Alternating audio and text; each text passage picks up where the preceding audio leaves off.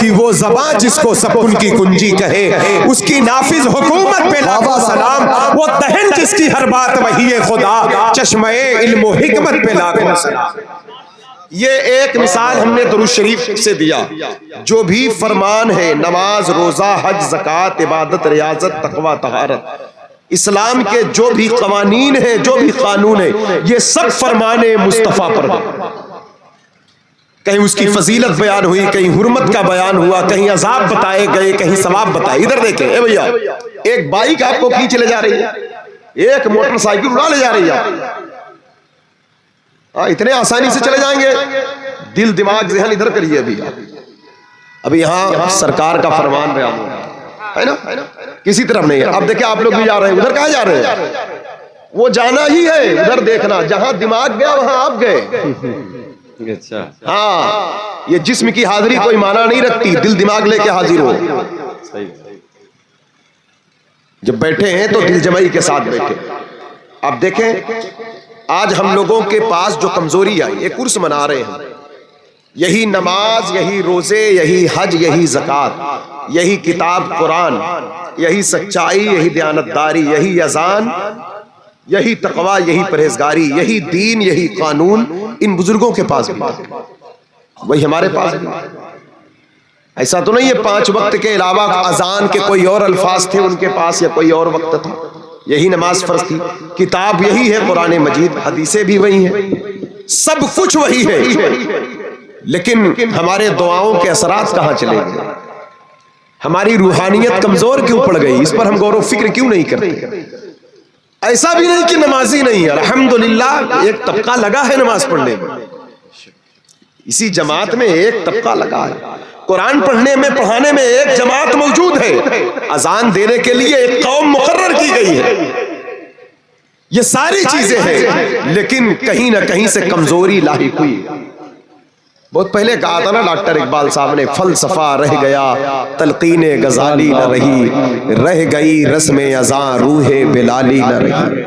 تحفظ ناموس رسالت کانفرنس میں آنے والوں کہا تھا، یہ فاقہ کش موت سے ڈرتا نہیں کبھی، کہ روح محمد اس کی بدن سے نکال دو، فکر عرب کو دے کے فرنگی تخیلات، اسلام کو حجاز و یمن سے نکال دو۔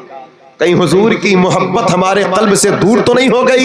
کہیں ہم نام و نمود کے شکار تو نہیں ہو گئے؟ کہیں عبادت کو ہم نے عادت تو نہیں بنا دیا؟ کہیں مذہب کو ہم نے رسم و رواج تو نہیں بنا دیا؟ غور کریے گا میری بات پر، میں توجہ چاہتا ہوں۔ اگر عبادت عادت بن گئی تو اس کی روح ختم ہو گئی، اگر مذہب کا کوئی ارکان رسم بن گیا تو اس کی برکت ختم ہو گئی۔ چیزیں وہی ہیں لیکن ہم رسم و رواج سمجھ رہے ہیں اسے۔ اسلام کے نظام پر سیریس ہو، اسلامی قوانین پر، اس کے احکام پر سیریس بنے، غور و فکر کریں اس پر، اس کی مقبولیت کی فکر کریں، اس میں محبت کا پانی ڈالیں، اخلاص کی جزا ڈالیں۔ جب تک یہ چیزیں ہمارے اندر نہیں داخل ہوگی ہم اپنا کھویا ہوا وقار واپس نہیں لا سکتے۔ میں آپ کی توجہ کا طلبگار ہوں، یہی وجہ تھی جب ہم صحابہ اکرام کی پاکیزہ زندگی دیکھتے ہیں۔ حضرت ابو سفیان رضی اللہ تعالیٰ عنہ فتح مکہ کے بعد جب نئے نئے اسلام قبول کیے تو چچا عباس سے پوچھا، کہا کہ عباس آپ میرے دوست تھے لیکن آپ پہلے ایمان لائے، بدر کے قیدیوں میں گرفتار ہو کر گئے، آپ مسلمان ہو گئے، اور تقریباً بیچ میں 7 سال کی جدائی ہماری تمہاری ہو گئی، اور اب میں بھی مسلمان ہو گیا، یہ جو جدائی تھی یہ پھر دوستی میں تبدیل ہو گئی، آپ میری رہبری کریں گے؟ کہا کیا رہبری چاہتے ہو بتاؤ؟ کہا کہ بدر کے مجاہدین کے مقام اتنے بلند کیوں ہیں، ان کے مقامات اتنے، ان کے معیار اتنے اعلیٰ کیوں ہیں؟ کہا آپ حضور پر ایمان لائے، آپ کا بھی معیار اعلیٰ ہے۔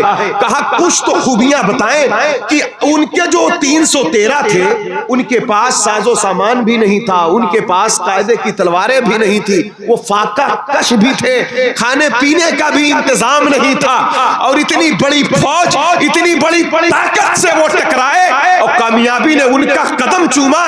یہ راز کیا تھا؟ اب تو میں مسلمان ہو گیا ہوں، اب تو مجھے بتا دیا جائے۔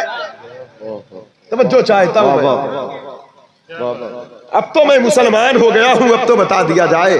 چچا عباس مسکرائے، کہا کہ میں جو راز تمہیں بتا رہا ہوں یہی حقیقت ہے، اگر یہ امت اس راز کو سمجھ گئی تو قیامت تک یہ امت تنہا ہوگی تو کامیاب ہوگی، کمزور ہوگی لیکن اس کی کمزوری لوگوں کے سامنے ایک طاقت ہوگی، اس کی تنہائی لوگوں کے سامنے ہجوم سے زیادہ ہوگی، اور اس کے پاس دولت و درہم و دینار تو نہ ہوں گے لیکن اس کے مصطفیٰ کی روح ہر موڑ پر اس کی رہنمائی اور اس کی مدد کرتی نظر آئے۔ کہا بات کیا ہے؟ کہا ہم سانس لیتے ہیں زندہ رہنے کے لیے، ہم سانس روک لے تو مر جائیں، لیکن جو اصحاب بدر تھے، جو 313 مجاہدین مدینے سے چل کر وادی بدر کی طرف آئے تھے، ان کی زندگی کا یہ حصہ تھا کہ وہ سانس بھی لیتے تھے تو خود اپنی زندگی کے لیے نہیں، حضور سے محبت کے لیے، حضور کے عشق میں وہ سانس ان کی سانس جب باہر آتی تو ان کی سانسوں میں یہ صدا ہوتی یا مصطفیٰ، ان کی سانسوں کا آکسیجن کہتا یا نبی یا نبی۔ اعلیٰ حضرت نے یہی تو کہا، دل ہے وہ دل جو تیری یاد سے معمور رہا، سر ہے وہ سر جو تیرے قدموں پہ قربان، یہ انہی کا حصہ تھا، انہیں جانے انہیں مانا، انہیں جانا انہیں مانا، نہ رکھا غیر سے کام، للہ الحمد میں دنیا سے مسلمان گیا۔ اس بات کو بزرگوں نے آگے بڑھا دیا۔ حضرت بابا بہاؤالدین نقشبندی، حضرت سلطان باہو، سرکار غوث اعظم، ان بزرگوں کے مختلف طریقے سے اقوال ہے اور سب کا مفہوم یہی ہے کہ وہ سانس جو ذکر الہی سے خالی ہو وہ مردہ سانس ہے۔ پتہ کیا چلا؟ زندہ تو وہی لوگ تھے جو ان کی راہ اور طریقے کو پا گئے، پھر وہ زندہ ہے۔ آج ہم کہاں کہاں وقت گزارتے ہیں، کہاں کہاں کھوئے ہیں، کس خیالات میں ڈوبے ہیں، آج ہماری زندگی کس نگشت کس ڈگر میں کٹ رہی ہے، ہمیں اس کی فکر نہیں۔ اگر کچھ کر بھی لیا ہم نے تو ہم دکھاوا کے شکار ہو گئے، نام و نمود کے شکار ہو گئے، نمائش کے شکار ہو گئے۔ ہماری تعریف ہو، ہمارے چرچے، ہمارے خیرات کی تعریف ہو، ہمارے صدقہ کی تعریف ہو، ہمارے کام کی تعریف ہو۔ اللہ نے دولت دے دیا تو ہمارے دولت کی تعریف ہو، حسن دے دیا، جمال دے دیا، کمال دے دیا، اسٹیٹس بڑھ گیا، لیبل بڑھا، منصب بڑھا، عہدہ بڑھا تو ہم اپنی تعریف کے بھوکے ہو گئے۔ ایک بات میری یاد رکھنا، کسی بھی منصب پر چلے جاؤ، کسی بھی عہدے پر چلے جاؤ، دنیاوی عہدہ ہو یا دینی عہدہ ہو، مذہبی ہو، سماجی ہو، کوئی بھی منصب، کوئی بھی عہدہ ہو، انصاف سے بتاؤ، 2 دن برس نہ کرو تو اپنی سانس کی بو پریشان کر دے گی کہ نہیں؟ بولو کس فکر میں، کس تعریف کو سننا چاہتے ہیں؟ 1 دن غسل نہ کرو تو اپنے پسینے کی بدبو پریشان کر دے گی کہ نہیں؟ اچھا خاصا لذیذ کھانا کھاتے ہیں، خوشبوؤں سے بھرا ہوتا ہے، پیٹ میں جاتا ہے، اس کی کیا کنڈیشن ہوتی ہے، کیا کنڈیشن ہوتی ہے، پھر بھی تعریف کے بھوکے ہیں، پھر بھی تعریف کے بھوکے ہیں۔ اصحاب رسول کی زندگی یہ نہیں تھی، ان اولیاء کا مقام زندگی کا حصہ یہ نہیں ہے، بلکہ یہ جانتے ہیں اگر تعریف کی بھوک ہو تو امت مسلمہ کا معیار ہمیشہ یہ رہا، وہ بھوکے تھے تو صرف حضور کی تعریف سننے کے لیے، کیونکہ وہ جانتے ہیں 1500 سال گزر گئے لیکن ان کی سانسوں کی خوشبو سے آج بھی مدینے کی گلیاں مہک رہی ہیں۔ پسینے کے قطرے کی برکت سے نسلیں خوشبودار ہو گئی۔ سیدہ عائشہ سے پوچھیں حاجت کے لیے جائیں تو بول براز تو چھوڑو، اس زمین سے خوشبو کی ایسی ہوا آئے کہ وہ زمین پھٹ کر کے ہر زمین کے ذرے کو یہ پیغام دے کہ ان کی مہک نے دل کے گنجے کھلا دیے ہیں، جس راہ چل گئے ہیں کوچے مسافہ۔ نعرہ تکبیر، نعرہ رسالت، تحفظ ناموس سے رسالت کانفرنس۔ یہ امت حضور سے محبت کرنے کے لیے کیا کہنے، ہم رسموں میں کھو گئے، لفظوں میں کھو گئے، زبان پر عشق کا نام ہے، زبان پر محبت کے نام ہے۔ توجہ چاہتا ہوں، ادھر دیکھیں، اللہ جو لوگ آ جا رہے راستہ ہے آنے جانے کا، آپ اپنے کام میں لگے، کسی طرف مڑ کر نہیں، ادھر دیکھیں۔ یہی وہ عشق، یہی وہ محبت رہی کہ صحابہ اکرام کا معیار اعجاز، ان کے مقام اتنے بلند ہو گئے کہ میرے نبی نے فرمایا لوگوں میرے صحابہ کو برا بھلا مت کہنا۔ اس دور میں کچھ ایسے لوگ پیدا ہو گئے، اللہ ان ظالموں کو ہدایت دے، سمجھ دے، شعور دے۔ وہ صحابہ رسول جن کا باطن پاک ہے، ظاہر پاک ہے، خیال پاک ہے، سوچ پاک ہے، فکر پاک ہے، جس مسلمان نے دیکھا انہیں ایک نظر، اس نظر کی بصارت پہ لاکھوں سلام۔ وہ دسوں جن کو جنت کا مژدہ ملا، اس مبارک جماعت پہ لاکھوں سلام، جا نثاران بدر و احد پر درود، حق گزاران بیعت پہ لاکھوں سلام۔ کتنے عظیم لوگ تھے وہ۔ حضرت عمر فاروق اعظم نے بیت المقدس کو فتح فرمایا۔ جب آپ شام تشریف لے گئے، ملک فتح ہو گیا، فلسطین فتح ہو گیا، بیت المقدس میں گئے تو کچھ صحابہ اکرام بیٹھے تھے، کچھ پادری، کچھ عیسائی آئے وہاں پر، اور جب آئے تو کچھ چہروں کو دیکھنے لگے اور دیکھ دیکھ کر کہنے لگے یہ کون لوگ ہیں، کون لوگ ہیں؟ تو کہا یہ اصحاب مصطفیٰ ہیں۔ کون لوگ ہیں؟ بولے یہ کون لوگ ہیں؟ کہا یہ اصحاب مصطفیٰ ہیں۔ تو وہ کہنے لگے خدا کی قسم ہم نے انجیل کے اوراق میں حضرت عیسیٰ کے حواریین کے تذکرے پڑھے۔ حضرت عیسیٰ علیہ السلام کے جو صحابی جو ان پر ایمان لانے والے، ان کے خدمت گزار مددگار جو تھے، کہا ہم نے ان کے تذکرے پڑھے، اللہ نے ان کی بڑی تعریف فرمائی ہے، ان کے اخلاق کے تعلق سے، ان کے چہرے، ان کے رنگت، ان کے حلیے، ان کے کریکٹر بتائے گئے، لیکن خدا کی قسم، خدا کی قسم آج جو چمک ہم اصحاب مصطفیٰ کے چہروں میں دیکھ رہے ہیں، حضرت عیسیٰ کے حواریین میں یہ اوصاف نہیں بتائے گئے تھے ہمیں۔ ان کے چہرے چمک رہے ہیں، ان کے کردار چمک رہے ہیں۔ حضرات گرامی، بڑے بڑے عیسائیوں نے، ان کے پوپ پادریوں نے حضور کے صحابہ کے چہرے کو دیکھ کر کلمہ پڑھ لیا تھا اور کہا تھا جس نبی کے صحابہ اتنے روشن ہیں تو اس نبی کی چمک دمک کا عالم کیا۔ وہ صحابہ اکرام جن کے بارے میں میرے نبی نے کہا ان کو برا بھلا مت کہنا، یہ ایک مشت جو خیرات کر دے اور تم احد پہاڑ کے برابر سونا خرچ کرو۔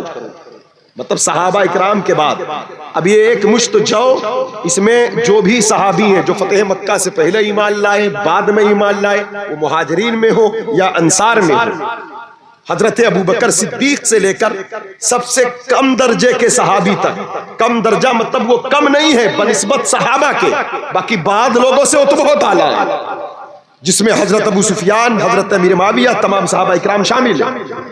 کہا ایک مشت جو یہ خیرات کر دیں، اب بعد میں کوئی احد پہاڑ جو مدینے پاک کا ایک پہاڑ ہے جو حضور کا محب ہے، جس سے حضور محبت کرتے ہیں، وہ حضور سے محبت کرتا ہے، جہاں برکت رکھی گئی، خیر ہے، رحمت ہے، جہاں 70 شہدائے احد کی مزارات ہے، چچا سید الشہداء امیر حمزہ کی آرامگاہ جہاں پر 8 کلومیٹر کا کم و بیش لمبا چوڑا یہ پہاڑ، کہا اس پہاڑ کے وزن کے برابر کوئی سونا خرچ کر دے تو جو اجر انہیں اللہ کے ہاں سے ایک مشت جو پر حاصل ہوگا وہ احد پہاڑ کے برابر سونا خرچ کرنے کے بعد بھی تم نہیں پاؤ۔ بات کیا ہے؟ سوال کرنا چاہتا ہوں میں آپ سے، ایک مشت جو اس کی قیمت ہی کیا ہے؟ 5 روپے کا گیہوں آج کے دور میں اگر خریدیں آپ 22-25 روپے کلو، 30 روپے کلو گیہوں ہے، ایک مشت میں کتنا آئے گا؟ 50 گرام، 100 گرام، اس سے زیادہ کیا آئے گا؟ اور کہاں احد پہاڑ کے برابر سونا؟ آخر وجہ کیا ہے؟ ایک مشت جو، ایک مشت جو احد پہاڑ کے سونے پر بھاری ہے۔ وجہ کیا؟ کبھی کبھی ہم لوگ اعمال کی کثرت دکھاتے ہیں، کبھی کبھی ہم لوگ اس کی کثرت دکھاتے ہیں، اپنے حج کی، اپنے عمرے کی، اپنے زکوٰۃ کی، اپنے فطرے کی، اپنے صدقہ کی، اپنے خیرات کی، کبھی یہ چیزیں اعمال کی کثرت دکھاتے ہیں۔ اللہ نے فرمایا، اور پھر اس پر ہم اپنی پرہیزگاری ثابت کر کے واہوائی لوٹا کرتے ہیں۔ رب نے کہا فلا تزکوا انفسکم، تم یہ مت بتاؤ تم کتنے پرہیزگار ہو، اپنی پاکیزگی، اپنی ستھرائی، اپنی طہارت، اپنی پرہیزگاری تم ثابت نہ کرو، ہوا اعلم بمن اتقى، اللہ خوب جانتا ہے تم میں کون پرہیزگار۔ پرہیزگاری کیا ہے؟ کہا التقوی ہاں ہونا، تقوی دل کے اندر۔ پرہیزگاری کیا ہے؟ تقوی دل کے اندر۔ تو آج یہ حدیث پاک جب دیکھیں تو کہا جا رہا ہے کہ تم احد پہاڑ کے برابر سونا تو خرچ کر سکتے ہو، لیکن صحابہ کے دل میں جو حضور کی محبت سما گئی ہے، جو دین کا درد سما گیا ہے، جو اسلام کا پیار سما گیا ہے، جو ان کے اندر نظر مصطفیٰ کی برکت سے اخلاص آ گیا ہے، وہ تم کہاں سے لے کر آؤ؟ پتہ کیا چلا؟ نیکیاں، برکتیں، مدد، روحانیت یہ ہمارے دکھنے والے اعمال لے کر نہیں آتے، بلکہ وہ اعمال کتنی محبت سے کیا گیا ہے، وہ عمل کتنے پیار سے انجام دیا گیا ہے، وہ اندر کی محبت نے کیا لے کر آؤ۔ کسی کام کو آپ نے انجام دیا، مثلا آپ نے وضو کیا، اس وضو میں کتنی محبت ڈالی۔ عشق مصطفیٰ کا مفہوم صرف یہی نہیں کہ ہم حضور سے محبت کا دعویٰ کریں اور جیسے چاہے زندگی گزاریں، جیسے ہمارے حضرت نے کہا زندگی اللہ رسول کے مرضی کے مطابق۔ اگر حضور سے محبت ہے تو نماز حضور کی ہے، اذان حضور کی ہے، وضو حضور کا ہے، شریعت حضور کی ہے، روزہ حضور کا ہے، صدقہ حضور کا ہے، خدمت حضور کی ہے۔ یعنی جس بھی عمل کو دیکھیں، خیر اور بھلائی، خانے کعبہ کے طواف سے لے کر راستے سے کانٹا ہٹانے تک جتنے بھی خیر اور بھلائی کے اعمال ہیں وہ سب کے سب حضور کے ہیں۔ حضرات گرامی وقار، اگر یہ ساری چیزیں حضور کی ہیں تو پھر جب حضور سے محبت ہے تو حضور کی ہر چیز سے محبت ہونا چاہیے، حضور کی ہر چیز سے، حضور کی ہر چاہت سے محبت ہونا چاہیے، حضور کی ہر چیز سے محبت ہونا چاہیے۔ تو اب اس عمل کو ہمیں کتنی، جیسے ہوتا نا خدمت محبت چاہیے۔ کسی مزدور، غریب، کمزور آدمی کی اگر آپ خدمت کرو اور خدمت کر کے روز اس کو 4 باتیں سناؤ تو وہ کہے گا نا یار اس سے اچھا بھیا نہ کرو، ہم کو بھوکا سو جانے تو اس میں سکون ہے، لیکن تمہاری 2 روٹی کھا کر 4 بات سن کر ہمیں نیند نہیں آتی ہے، اس سے بہتر ہم بھوکے رہے ہمیں سکون ہے۔ تو کوئی بھی چیز یہ تو انسان قبول نہیں کرتا ہے، اگر اس میں محبت نہ ہو تو پھر بغیر محبت کے اللہ کیسے قبول کرے؟ اس لیے یہ جو شریعت کے احکام ہیں، جو دین کا فرمان ہے، جو حرام حلال کے مسائل ہیں، ان ساری چیزوں کو اپنے آپ پر لوڈ نہ سمجھو۔ یعنی جو حلال ہے یہ حضور کی پسند ہے، جو حرام ہے یہ حضور کی پسند نہیں ہے۔ اس بنا پر حضور کی پسند کو اپنی پسند بنا لو، اور جسے حضور نے نظر سے گرا دیا اسے تم بھی گرا دو، اور اس میں محبت پیدا کر دو، عشق پیدا کر دو، سبحان اللہ سبحان اللہ، تاکہ تمہاری ہر ادا اللہ سے قریب کرے۔ فرمایا کہ صحابہ اکرام کی جو زندگی تھی یہی تھی کہ وہ کسی عمل کو انجام دیتے اس میں بڑی محبت لاتے، بہت پیار لاتے۔ کیا محبت ہوتی ہے؟ ایک روایت دیکھیں، توجہ ہے آپ ذرا حاضر ہے۔ اب ہم تو مسجد جاتے نہیں، کبھی گئے بھی تو شکایت مٹانے گئے، خاص کر نوجوان طبقہ جو کہ جوانی کی عبادت ہے۔ بھائی بڑھاپے میں تو ایسے ہی انسان غلط کام نہیں کرے گا، جب طاقت نہیں ہے، ہمت نہیں ہے، چل پھر نہیں سکتا ڈھنگ سے تو کیا گناہ کرے گا، لیکن پھر بھی توبہ کرے تو اللہ بڑا کرم نواز ہے، پھر بھی بخش دے، معاف۔ لیکن جانتے ہیں آپ، جن کی جوانی نیکی کی راہ میں گزر گئی اس کا بڑھاپا راہ روحانیت کا مسافر ہوگا۔ ہاں، جن کی جوانی اخلاص کے ساتھ توبہ میں گزر گئی، اللہ کی یاد میں، اس کے حبیب کی محبت میں۔ اس لیے سوشل میڈیا اور پر جو ہر قسم کی برائیاں پھیلی ہیں موبائل کے اسکرین پر، اس سے باہر نکلیں، اپنا رشتہ اللہ اس کے رسول سے مضبوط کریں۔ جب یہ رشتہ مضبوط ہوتا ہے تو یقین جانے بڑے کمال کو بندہ پہنچتا ہے۔ مدینہ پاک کی مقدس سرزمین ہے، ایک نوجوان اٹھتا ہے رات کی نیند سے بیدار ہو کر، آنکھ ملتے ہوئے بارگاہ رسالت مآب میں حاضری کے لیے گیا تو بی بی حفصہ جو حضرت عمر فاروق اعظم کی بیٹی ہے، ام المومنین، ہم سب کی ماں، آنے والا نوجوان کوئی اور نہیں عبداللہ بن عمر یعنی انہی کے بھائی تھے۔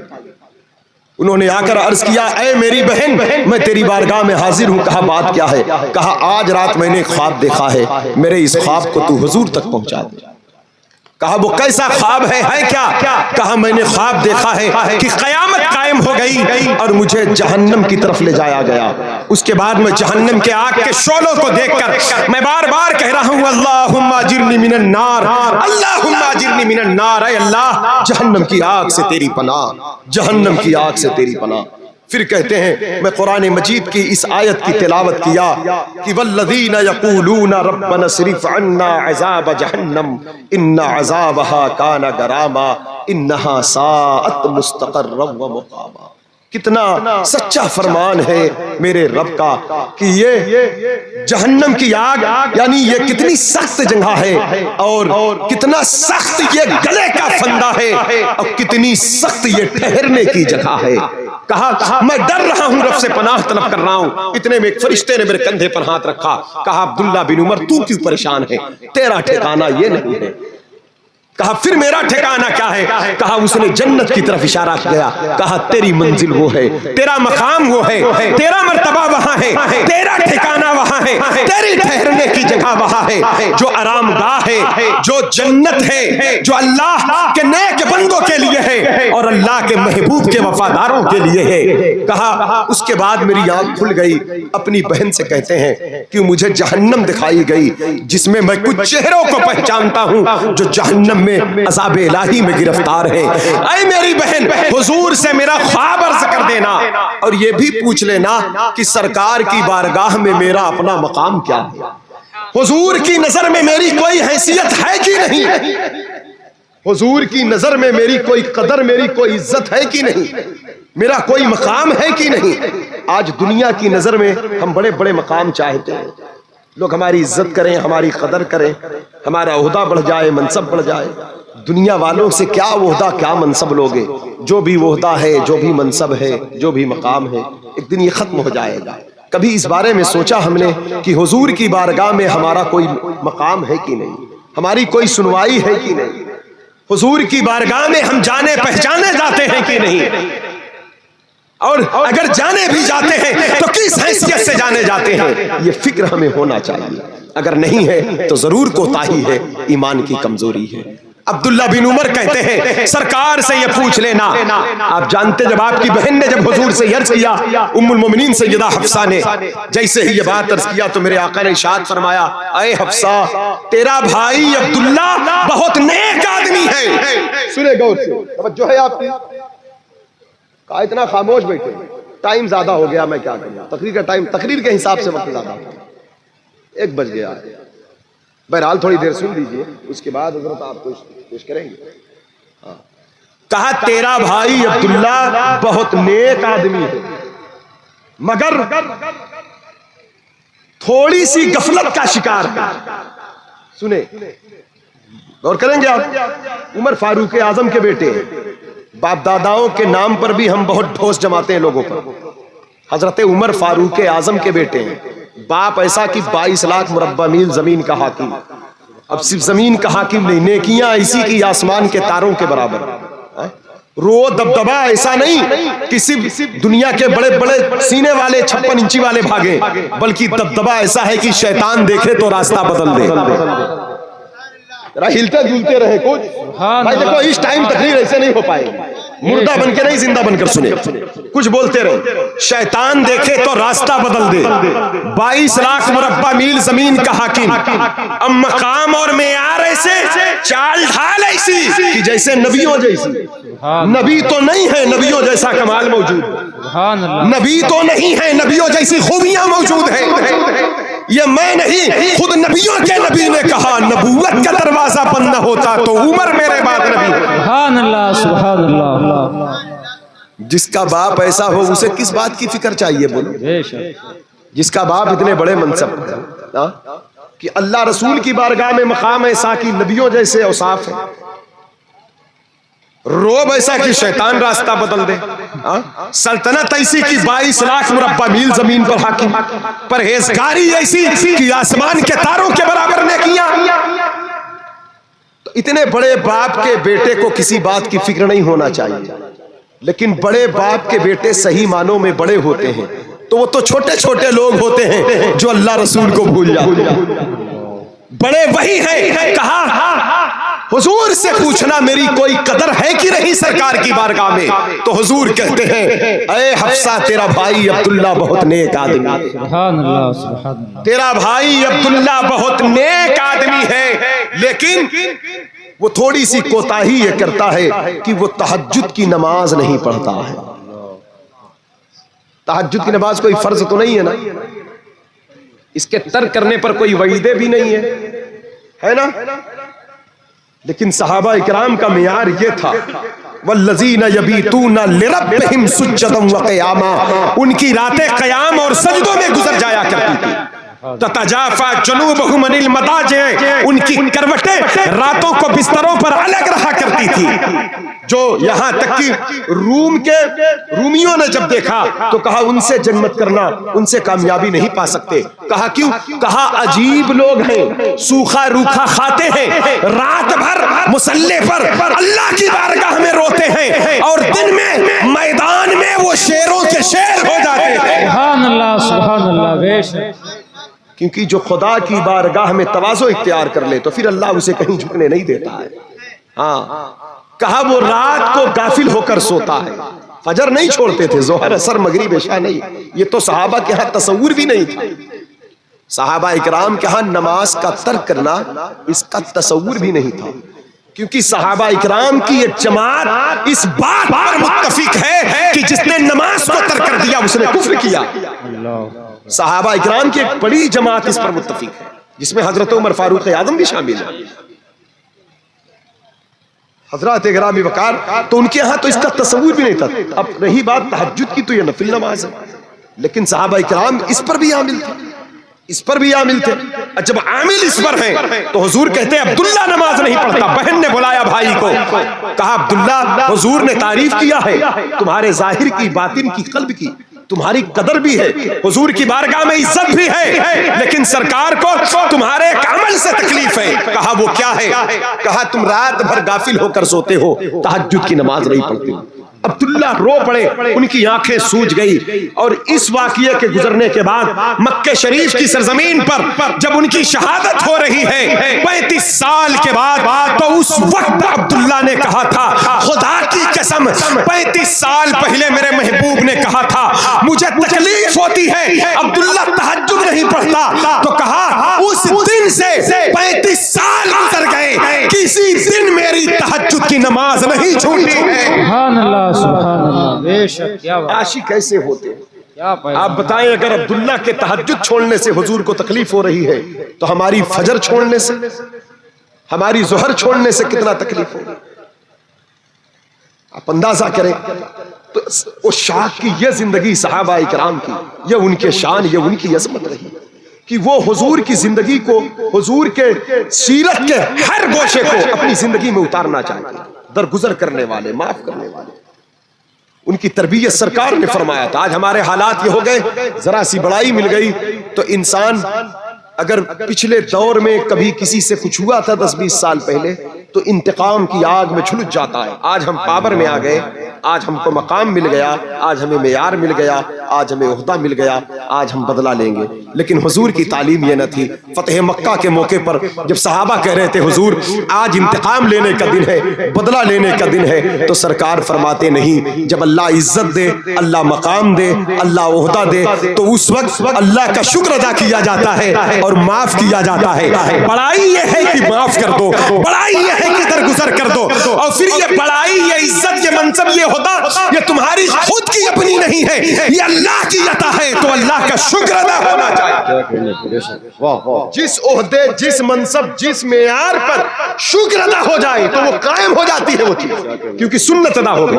لیکن جب اس پر اترانا، اس پر گھمنڈ، اس پر تکبر آ جائے تو وہ چند دن میں وہ چیز ختم ہو جاتی ہے. اس کا تعلق چاہے دین سے ہو کہ دنیا سے، وہ کسی بھی چیز سے ہو. اس لیے ہمیں چاہیے کہ ہم سچے مسلمان بنیں. صحابہ اکرام کو بڑے بڑے مقام ملے، بڑے بڑے منصب ملے، بڑے بڑے عہدے ملے، مگر ان کی زندگی کیا تھی ذرا دیکھیں. توجہ چاہتا ہوں، ہمیں زندگی وہاں سے لینا چاہیے. آج ہم ادھر ادھر تاک جھانک کرتے ہیں، کسی کو دیکھ کر مرعوب ہو جاتے ہیں، کسی کو دیکھ کر کچھ اور سوچتے ہیں. کاش ہم اصحاب رسول کو دیکھتے، اہل بیت اطہار کی پاکیزہ زندگی. میرے نبی نے ایک دن ارشاد فرمایا، اے لوگوں جانتے ہو حضرت ابو بکر صدیق تم میں سبقت کیوں لے گئے؟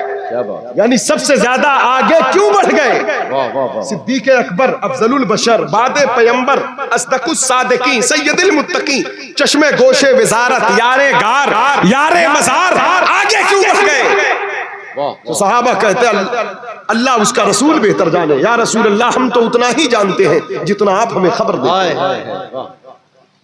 تو میرے آقا فرماتے ہیں حضرت صدیق اکبر جو تم پہ سبقت لے گئے وہ نماز، روزے، حج، زکات کی وجہ سے نہیں، کیونکہ نماز تو تم بھی پڑھتے ہو، وہ تو سب پڑھتے تھے. نماز، روزہ، یہ ساری چیزیں یہ سارے صحابہ کرتے تھے. مسجد ایک ہے، مصلی ایک ہے، امام ایک ہے، وقت ایک ہے، اذان ایک ہے، مؤذن ایک ہے، مکبر ایک ہے، قرات ایک ہے، تلاوت ایک ہے، تسبیح ایک ہے، قیام ایک ہے، رکوع ایک ہے، سجدہ ایک ہے. تو پھر صدیق سب سے آگے کیوں؟ بات کیا ہے حضرات گرامی وقار؟ پتہ کیا چلا؟ اب جتنے لوگ کھڑے ہیں نا سب کی کیفیت الگ ہے. سب کے خیالات الگ ہیں، سب کی فکر الگ ہے، سب کے سوچ الگ ہے. جس کا جیسا خیال تھا، جیسی فکر تھی، اس نے ویسا پایا، اس نے ویسا پایا. سرکار فرماتے وہ خاص چیز ہے، وہ ایک راز ہے جو ابو بکر کے سینے میں سجا دی گئی. وہ ایک خاص نعمت ہے، وہ ایک خاص بیج ہے جو ابو بکر کے قلب میں بو دی گئی. پوچھا گیا سرکار وہ کیا ہے؟ کہا وہ عشق ہے، اخلاص ہے تمام صحابہ کے پاس، لیکن ابو بکر کے بعد، ابو بکر کے بعد ہے. یہی وجہ ہے کہ آج صدیق اکبر آگے بڑھ گئے. لیکن توجہ چاہتا ہوں، ہر صحابی کا مقام افضل و اعلیٰ، منصب بڑا، عہدہ بڑا. حضور فرماتے ہیں ان کا ایک مشت جو اتنا سپر پاور ہے عشق اور اخلاص کے بدولت کہ وہ تمہارے پہاڑ پر بھاری ہے، سونے جیسے پہاڑ پر بھاری ہے، سونے جیسے پہاڑ پر بھاری ہے. اب اس بات کو یہاں رکھیے، ختم میں چلتے چلتے یہ بات کہہ کے میں رخصت ہو جاؤں گا، بات لمبی نہیں. ذی القعدہ کی آج تیسری شب ہے، 2 تاریخ مکمل ہو گئی. اگلا مہینہ ذی الحجہ کا ہے، حج کا مہینہ ہے، قربانی کا مہینہ ہے. خلیفہ اعلیٰ حضرت کے سب سے چہیتے خلیفہ مصنف بہار شریعت حضور سرکار صدر الشریعہ بدر الطریقہ کی عرس کی تاریخ ہے. اللہ ان کا فیضان عطا کرے، مصنف بہار شریعت کا فیضان عطا کرے، ان کے علمی فیضان سے مالا مال کرے. توجہ چاہتا ہوں، ذہن حاضر رکھیں. ایک حدیث شریف ہے ترمذی شریف میں، جب قربانی کا دن ہوتا تو اللہ کے نبی صلی اللہ علیہ وسلم 2 بکرا قربانی کرتے، ایک اپنی طرف سے، ایک اپنی امت کی طرف سے. سوال یہ ہے کہ ایک بکرا اپنی طرف سے تو ٹھیک، ایک میں پوری امت. حالانکہ یہ حضور کی خصوصیت ہے، دوسرے آدمی کے لیے کافی نہیں ہوگا، ہر آدمی کے لیے ایک چاہیے. لیکن حضور 1-2 اپنا گھر خاندان نہیں، پوری امت کو ایک بکرے میں شامل فرمایا، اور ہر سال کرتے ہیں ایسا سرکار.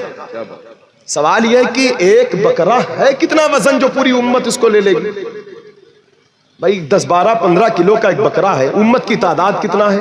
آج کے دور میں اربوں خربوں امت ہے، ہر 40-50 سال کے بعد ایک نسل بدل جاتی ہے. حجۃ الوداع کے موقع پر جب اللہ کے نبی ہیں آخری حج فرما رہے سرکار، وہ آخری حج سرکار کا آخری سال ہے، حج اول بھی ہے آخری بھی ہے، ایک ہی حج فرمایا آقا نے. تو اس وقت 1,24,000 کم و بیش صحابہ کی جماعت موجود ہے. اس کے بعد صحابہ اکرام مختلف شہروں میں پھیلے. حضرت عمر فاروق اعظم کے دور میں 22 لاکھ مربع میل زمین تک اسلام پھیل چکا تھا. حضرت امیر معاویہ کی دور میں یہ اسلام 1 لاکھ مربع میل سے زیادہ تجاوز کر چکا. حضرات گرامی وقار 90 لاکھ کو تو تنہا غریب نواز نے کلمہ پڑھایا. تو اب یہ امت ہر 50 سال کی بعد جب ایک نسل بدلتی ہے تو امت ہر دور میں لاکھوں کروڑوں کی تعداد میں موجود رہی. امت ہر دور میں لاکھوں کروڑوں کے تعداد میں موجود رہی. تو پھر یہ ایک بکرا پوری امت میں کیسے تقسیم ہو؟ کیا بات سمجھ رہے ہیں آپ؟ ہم ذرا سے حضور کے لیے کچھ نہیں کر، ہم پیدا نہیں ہوئے تھے، ہمارے نام قربانی ہو رہی تھی. سن رہے غور سے آپ؟ ہم پیدا نہیں ہوئے تھے، ہمارے نام جانور ذبح کیا جا رہا تھا. اب یہ سوچ سکتے ہیں اس ایک بکرے میں کیا ہمیں بھی حصہ ملے گا؟ ارے وہ تو اس دور کے صحابہ کے لیے بھی کافی نہ ہوگا ایک بکرا. یہ عقل کہتی ہے، لیکن ہم ایمان اپنے عقل پر نہیں، حضور کی شان پر، ان کی بات پر، ان کی ذات پر. ہم ایمان حضور کے اختیارات پر لائے ہیں، ان کی چوکھٹ کی برکت پر لائے ہیں، ان کی تعلیم پر لائے ہیں. یہ حضور کا بکرا ہے. انصاف سے بتانا، جب صحابہ کا جو ایک مشت پہاڑ سے زیادہ ہے، توجہ ہے آپ کی، جب صحابہ کا ایک مشت جو پہاڑ سے زیادہ ہے تو پھر صحابی کے بکرے کا عالم کیا ہوگا؟ سنیں چچا، سمجھ میں آ رہی بات سمجھ میں آ رہی؟ ایک مشت جاؤ جب پہاڑ سے زیادہ ہے ان کا، تو خود ان کے بکرے کا عالم کیا ہوگا؟ اور پھر خود ان کے بکرے کا یہ عالم ہے تو پھر خود حضور کے بکرے کا عالم کیا لگتا ہے؟ یہ امت قیامت تک حضور کا ایک بکرا کھاتی رہے گی، وہ بکرا ختم نہیں ہوگا، یہ بکرا ختم نہیں ہوگا، اس کی برکت ہمیشہ جائے گی. لیکن بشرط کی یہ امت حضور کی ہوگی.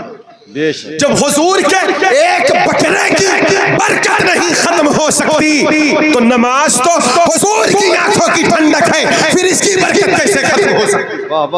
لیکن آج ہمیں اس کی برکت نظر نہیں آتی، آج اذان کا فیض نظر نہیں آتا، آج دعاؤں کا فیض نظر نہیں آتا۔ ضرور ہم غفلت کے شکار ہو گئے کہیں نہ کہیں سے، ضرور ہم دکھاوا کے شکار ہو گئے، تصنع بناوٹ کے شکار ہو گئے۔ سجدے میں جو اخلاص چاہیے وہ چیز ہمارے سینے سے نکل چکی ہے، جو اذانوں کا احترام ہونا تھا ہم اس چیز سے غافل ہو چکے، جو تلاوت میں محبت ہونی چاہیے وہ چیز ہمارے سینے سے نکال دی گئی۔ اس لیے آج ہمیں پھر پلٹنا پڑے گا۔ ہائے رے اسلام تیرے چاہنے والے نہ رہے، جن کا تو چاند تھا وہ حالے نہ رہے۔ لیکن یاد رکھیے اگر ہم نہیں پلٹیں گے تو پھر اللہ کسی اور قوم کو لائے گا اسلام سے محبت کرنے کے لیے، کیونکہ اسلام کی نبض، اسلام تیری نبض نہ ڈوبے گی حشر تک، تیری رگوں میں خون ہے روا چار یار کا۔ اس لیے ضرورت اس بات کی ہے کہ اپنے آپ کو عشق مصطفیٰ سے قریب کریں، محبت رسول کے راہوں سے قریب کریں، اب محبت کے ساتھ قریب آئیں، دین کے کسی بھی چیز کو اپنے اوپر لوڈ نہ سمجھے، حضور کی محبت اپنے جان و دل میں بسا لے، اور پھر ان کی ہر تعلیم کو، ان کے ہر طریقے کو، ان کی سیرت کے گوشوں کو اپنا لے، ان کی تعلیم کو اپنا لے، ان کی آل سے محبت کریں، ان کے اصحاب سے محبت کریں۔ کوئی آپ کو ذلیل کرتا ہے تو آپ پریشان نہ ہوئیے، اگر آپ حضور کے لیے ذلت بھی اٹھائیں گے تو اسے ذلت نہیں، اسے عزت کہتے ہیں۔ حضرت خالد ابن ولید کو کسی مصلحت کے تحت حضرت عمر فاروق اعظم نے بہت بڑے عہدے سے معزول کیا تھا، مطلب سپہ سالار تھے، ایک عام سپاہی بنا دیا تھا۔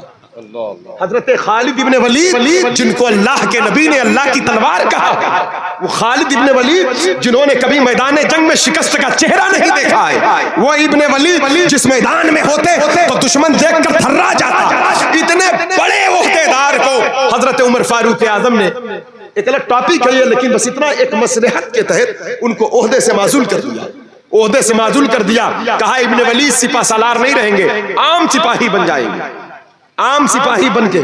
تو حضرت خالد ابن ولید پورے جوش و خروش سے جنگ کرنا شروع کیا۔ پھر کچھ لوگوں نے کہا آپ کو عہدہ سے معزول کر دیا گیا، آپ کو تکلیف نہیں ہوتی، آپ کا منصب گرا دیا گیا، آپ کا مرتبہ چھوٹا کر دیا گیا۔ تو حضرت خالد ابن ولید نے کہا تکلیف اس کو ہوگی جو دنیا دار ہوگا، خدا کی قسم میں حضرت عمر کے لیے نہیں اللہ کے لیے میدان جہاد میں آتا ہوں، رسول اللہ اور اللہ رسول خود جانتے ہیں میں چاہے جہاں رہوں، جب کام اللہ کا ہے تو یہ ہوتا وہ منصب کا بھوکا وہ ہوتا ہے جو دنیا دار ہوتا ہے، جو حضور کے عشق کا راہ کا مسافر ہو جاتا ہے، وہ کہیں بھی ہو وہ حضور کی یادوں میں مزہ پاتا ہے، حضور کی اطاعت میں لذت پاتا ہے، وہ اپنی تعریف کا بھکڑ نہیں ہوتا ہے۔ اس لیے مخلص بندے اگر ہجوم میں بھی ہوتے ہیں تو رب سے جڑے ہوتے ہیں، تنہائی مجھے رسول اللہ سے جدا نہیں کرتی۔ اخلاص ایک بہت قیمتی خزانہ ہے، اور جو اپنے کسی جھوٹے لفظ سے ظاہر نہیں کیا جاتا بلکہ دل کے صحرا میں ایک ایسی بہنے والی ندی ہے کہ جو ہمیشہ درد، عشق، سوز اور محبت اور آنسوؤں کے بدولت جاری رہتی ہے، اور جس کی رفتار دربار مصطفیٰ میں جا کر ٹھہرا کرتی ہے۔ اس لیے اپنے آپ کو مخلص بنائیں، مخلص بنائیں، مخلص بنائیں۔ خود سے یہ بتانے کی ضرورت نہیں ہے ہم اتنے اچھے ہیں، اتنے برے ہیں، اتنا سچے ہیں، بلکہ اللہ خوب جانتا ہے تم میں کون پرہیزگار ہے۔ ان اولیاء اکرام کی یہی زندگی رہی، یہی ان کا کردار رہا کہ لوگ دنیا کے لیے جیے، مر کر چلے گئے، نام و نشان تک مٹ گیا، صدیاں گزر گئی، لیکن جو اللہ اس کے رسول کی سچی محبت اور عشق کی راہ میں زندگی گزارا، آج زمانہ اس کے دربار میں دامن پسارے نظر آتا ہے۔ اگر وہ کسی گاؤں میں ہیں تب بھی ان کا نشان نہیں مٹنے دیا گیا، اگر وہ کسی کھیڑے جنگل میں ہیں تو اللہ نے پھر بھی انہیں باقی رکھا، کیونکہ جو اللہ اس کے رسول کا ہے وہ مٹنے کے لیے نہیں ہے بلکہ وہ یادگار ہو جاتا ہے، اللہ کی نشانیوں میں سے ایک نشانی ہے۔ اس لیے اللہ تبارک و تعالی ہم سب کو بزرگان دین، اولیاء کاملین کے نقش قدم پر چلنے کی توفیق بخشے، اور اسلام کے تعلیمات کے معاملے میں، اسلام سے محبت کے معاملے میں، اللہ اس کے رسول کے محبت کے معاملے میں، شریعت اور سنت کے اطاعت کے معاملے میں اللہ ہم سب کو مخلص بنائے، یہ دور بہت دکھاوا، بہت تشنع، بہت بناوٹ، سستی شہرت، جھوٹی نام و نمود کا ہے، اور یقین جانے یہ ہلاکت ہے۔ بڑے بڑے سلاطین زمانہ آئے، کچھ نہیں بچا۔ آپ کے پاس اگر کچھ بچے گا تو وہ خالص پیور سچی محبت بچے گی۔ کہا وما امروا الا لیعبدوا اللہ مخلصین لہ الدین، تم خالص اللہ کی عبادت کرو، یعنی پیور تمہیں یہ حکم پہنچا ہے، صرف اللہ کی خالص عبادت کرو۔ پیور، ہم تو ملاوٹ والا دودھ بھی نہیں لیتے، تو ملاوٹ والے سجدے اللہ کہاں پسند کرے گا؟ دنیا سے خالی ہوئیے، صرف اللہ کی رضا، اس کے حبیب کی خوشنودی اپنا مقصد بنا لے، انشاءاللہ یہ دنیا بھی کامیاب ہو جائے گی، آخرت بھی کامیاب ہو جائے گی۔ واہ کیا جود و کرم ہے شہ بتہا تیرا، نہیں سنتا ہی نہیں مانگنے والا تیرا، فرش والے تیری شوکت کا علو کیا جانے، خسروا عرش پہ اڑتا ہے فریرا تیرا۔ یا رسول اللہ تیری سرکار میں لاتا ہے رضا اس کو شفیع، جو میرا غوث ہے اور لاڈلا بیٹا تیرا۔ بولنے سننے میں کسی قسم کی غلطی ہو اللہ پاک معاف فرمائے۔ استغفر اللہ کل ذنوبی یا ستار یا غفار وما علینا الا البلاغ۔